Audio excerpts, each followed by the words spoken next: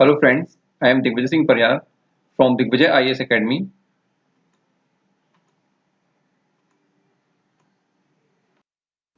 And now I am talking about cooperative banks and RBI role. Why it's in news? अभी हाल ही में ये क्यों चर्चा में है? Recently, the central government through the ordinance given regulatory authority to RBI over urban cooperative banks and multi-state cooperative banks. अभी हाल ही में केंद्रीय सरकार ने राष्ट्रपति के अध्यादेश के माध्यम से आरबीआई को शहरी सहकारी बैंक्स और बहुराज्य कोऑपरेटिव बैंक्स की अथॉरिटी प्रदान की है। The second thing, it has been several times raised questions about the political interference in these cooperative banking systems which is responsible for their weak functioning. कुछ समय से यह प्रश्न उठाया जाता रहा है कि इन सहकारी बैंकों में राजनीतिक दखलंदाजी बहुत अधिक बढ़ गई है, जो कहीं ना कहीं इनकी कार्य क्षमता में बहुत बड़ी कमजोरी साबित हो रही है। That is why the government has taken this step. New norms. अब आरबीआई के अंडर में इसमें क्या नॉर्म्स और नियम डिसाइड किए जाएंगे?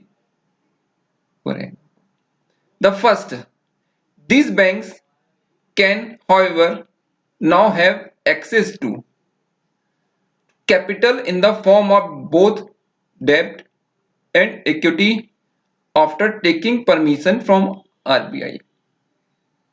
इन बैंकों के लिए यह आवश्यक होगा कि कोई भी ऋण और इक्विटी अगर सहभागिता बढ़ाना चाहती हैं अपने बैंकिंग सिस्टम में, तो उसके लिए कहीं ना कहीं आरबीआई से परमिशन लेना जरूरी होगा। इसके पहले तक कहीं ना कहीं वो स्टेट गवर्नमेंट्स के अंडर टेकिंग में थी, जो रजिस्ट्रार था उसके अकॉर्डिंग चलती थी स्टेट गवर्नमेंट की रजिस्टर्ड, तो कहीं ना कहीं वो इतना ज्यादा आवश्यकता नहीं थी आरबीआई से परमिशन लेने की। The second thing, the ordinance also gives RBI the power to allow for mergers or amalgamations, and hence if it is observed that some of them are too weak to survive on their own, action can be taken. इस अध्यादेश के माध्यम से RBI को यह शक्ति दी गई है या अधिकार दिया गया है कि अगर वो देखता है कि सहकारिता बैंक की फंक्शनिंग और सिस्टम में कोई सुधार नहीं हो रहा है, सुधारों को लागू करके भी, तो कहीं ना कहीं बैंकों को मर्ज भी कर दिया जाएगा। यह इसका एक बहुत बड़ा स्टेप्स होगा इसके गवर्नेंस सिस्टम को सुधारने के लिए। Challenges for RBI.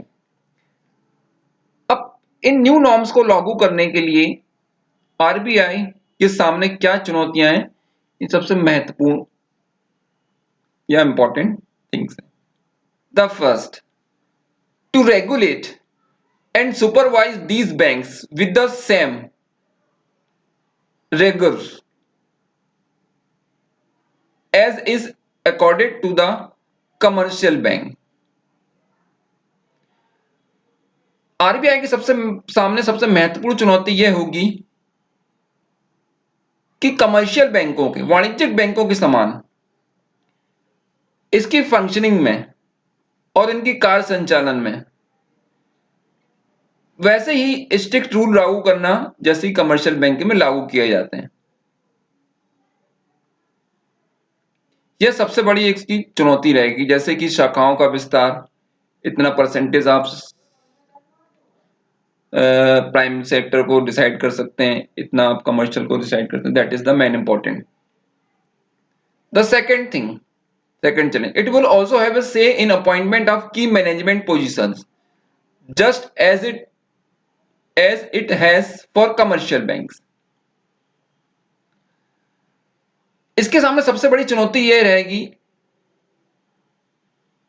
कि जो प्रबंधन है उसमें जो अपॉइंटमेंट होते हैं, नियुक्ति होती है, उसको कैसे नियुक्त किया जाए। जैसे कि यह कमर्शियल बैंक में जो बोर्ड सदस्य रहते हैं उनकी नियुक्ति में अपना प्रभाव और अपने अधिकारों का इस्तेमाल करता है, क्योंकि कहीं ना कहीं सहकारी बैंक का जो रजिस्टर्ड है वो कहीं ना कहीं स्टेट्स का भी इंटरफेयर बहुत होता है। तो यह एक सबसे महत्वपूर्ण चुनौती होगी आरबीआई के लिए। Third challenges, it can seek changes in case the performance is not up to the mark. सबसे महत्वपूर्ण चुनौती आरबीआई के सामने यह रहेगी कि अगर कोई भी सहकारिता बैंक अपने स्टैंडर्ड या अपने जो क्षमता है उसको प्रॉपरली उपयोग नहीं कर पा रहा है, तो आरबीआई के अनुसार उसमें क्या चेंजेस हो सकते हैं उसके फंक्शनिंग में, यह इसको लागू करना एक बहुत बड़ा चैलेंजेस होगा, क्योंकि कहीं ना कहीं ये रजिस्टर्ड रहते हैं स्टेट्स गवर्नमेंट के कोऑपरेटिव रजिस्टर्ड में। Fourth, RBI can in the public interest supersede the management of a multi-state cooperative banks for up to 5 years and appointment and an administrator.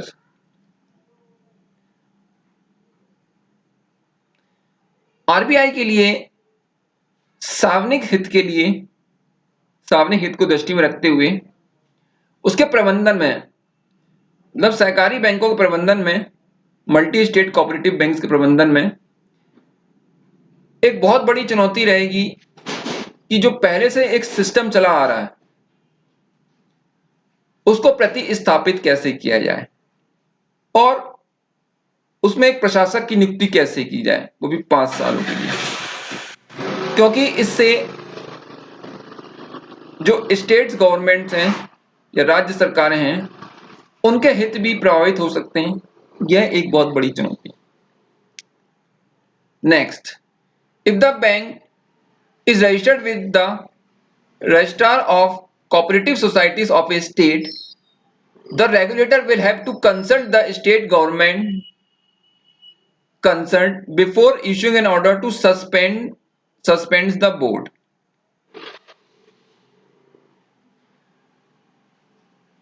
RBI के लिए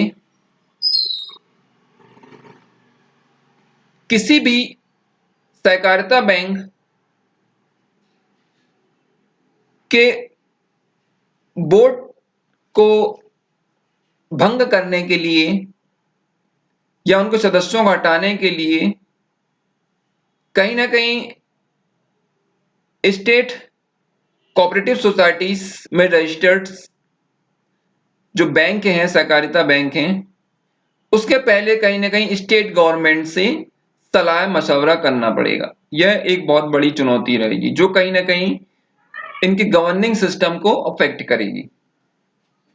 next, this will require expansion in stock to meet the requirement of maintaining high standards of governance that are adhered to the larger banking space.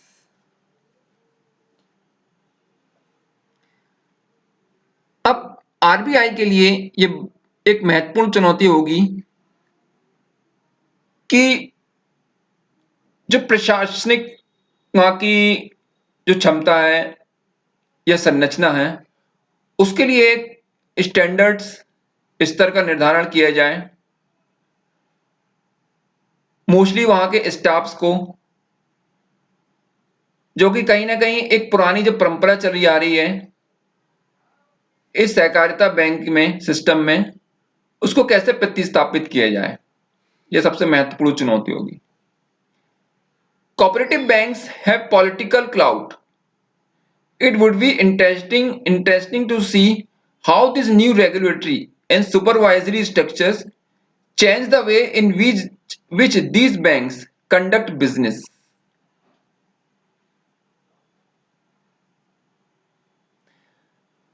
अब इसमें यह देखा जाएगा कि कहीं ना कहीं जो सहकारिता बैंक होते हैं स्टेट्स के, मल्टी स्टेट सहकारिता बैंक्स में, उसमें राजनीतिक प्रभाव बहुत ज्यादा होता है।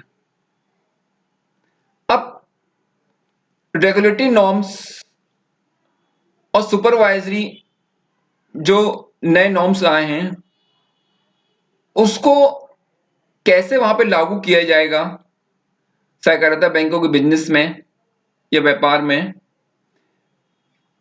इन पॉलिटिकल प्रभाव के साथ रहते हुए यह सबसे महत्वपूर्ण चुनौती होगी आरबीआई के सामने। So now the overall conclusion is that the central government has taken the right step to correct the governing systems in cooperative banking, because this banking system directly or indirectly providing the basic banking facilities to our primary sectors, which are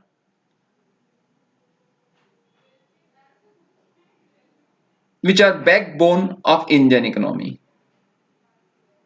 That is the most important thing.